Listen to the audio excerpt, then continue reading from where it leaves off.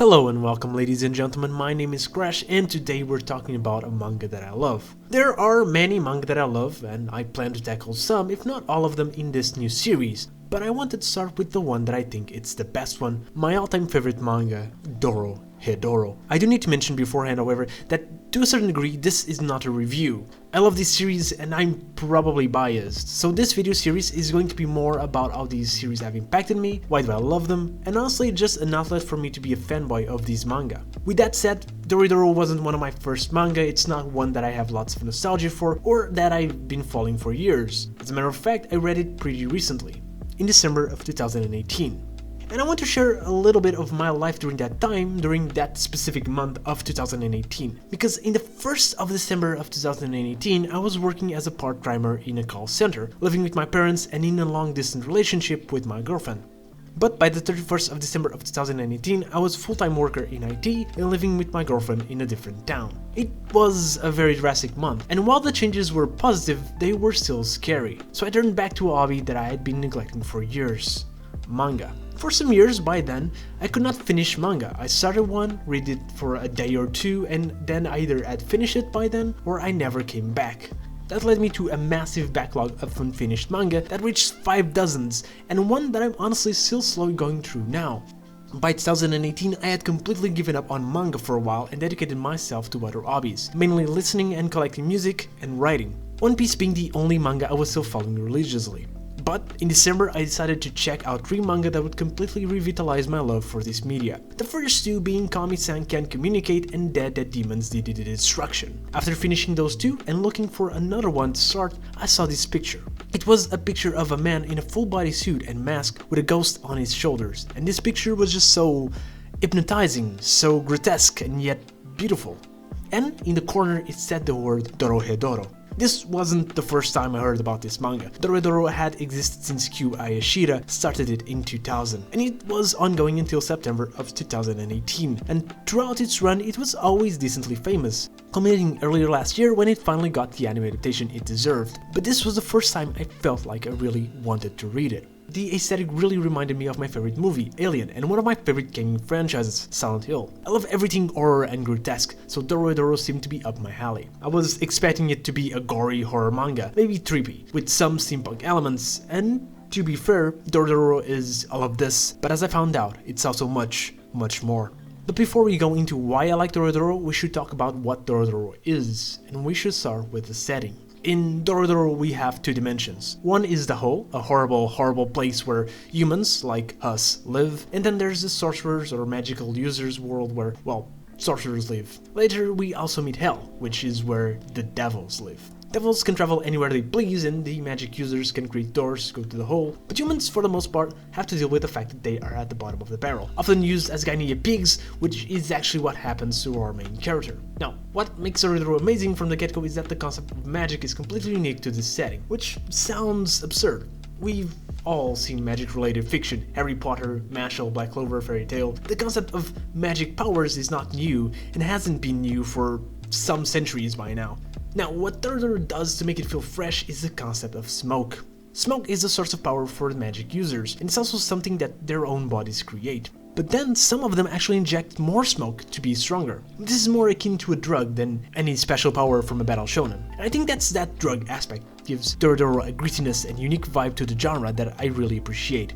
The devils are also very unique in the way that they come to be. That's diving into spoiler territory, and I want you guys to read this manga by yourselves. But the story actually revolves around Kaiman, a human that lives in the hole and that probably was used as a guinea pig by some magic user, because he has a pretty weird lizard head, which has a human head inside that says you're not the one when Kaiman bites any magic user. And to top all of it, he has amnesia, so he's about as confused about his plot as we are. But he does want to find out who did this to him, so he and the restaurant owner and overall badass girl Nikaido start hunting magic users until they find the one. This hunt eventually caught the attention of a powerful family of magic users led by a man called N. Now, when the N family first appeared, I was 100% expecting them to be your run-of-the-mill villains. But then what happened was that instead of having the family portrayed as villains, we got to follow them as protagonists. And to me this was a turning point when I started to realize what was so great about Dorohedoro and started to love it as much as I do. The characters are all so great. This is my all-time favorite cast of characters in any medium. See, you don't get a hero and a villain in here, you get factions. Each of them with their own unique cast of marvelously and hilariously crafted characters, each of them with their goals and ambitions and stupid behaviors. But it's not separated that they are great, it's together. It's how they interact with each other that truly makes this worth a read.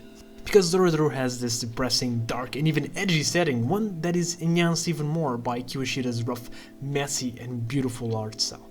But the characters on the other end are all incredibly fun and wholesome.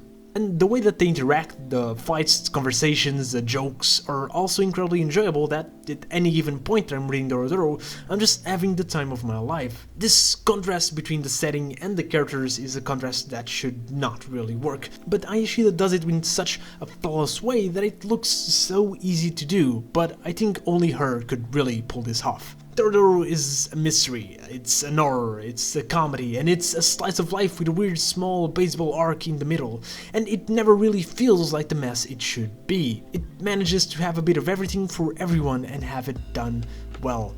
To have this much variety of genres and themes and feels and still be incredibly consistent from beginning to end is something that I never really saw in any other manga before or after. But if I'm pointed a gun at point blank and forced to say a negative thing about Dorohedoro, I would most likely get shot, or I would possibly say that it got dragged a bit. The last arc is around the third of the entire manga. It got extended longer than the other intended for. It was originally supposed to end at around volume 20 and we reached a pretty thick volume 23. And I assume that was because it changed magazines near the end twice. And I assume that the magazines wanted to have it run at least a little bit more in their pages. But since things around the mystery of Kaiman do get a bit convoluted midway through, the length of this last arc actually helps explain everything in a digestible way that I'm not sure it would have otherwise. There are a lot of reasons why a person can give a manga 10 out of 10 rating. Urasawa's deeply intricate mystery manga like Monster and 20th Century Boys probably deserve it. One Piece's complex world could be given that rating as well. Dorohedoro is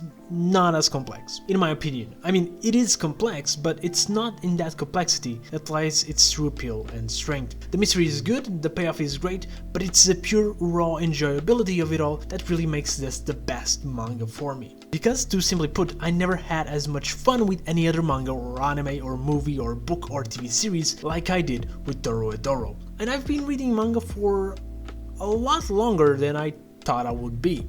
To a decade into reading manga, finding one that just skyrockets above the hundreds of others that I've read, the ones that have meant so much for me that I've been following for years, reading and rereading them, it means a lot.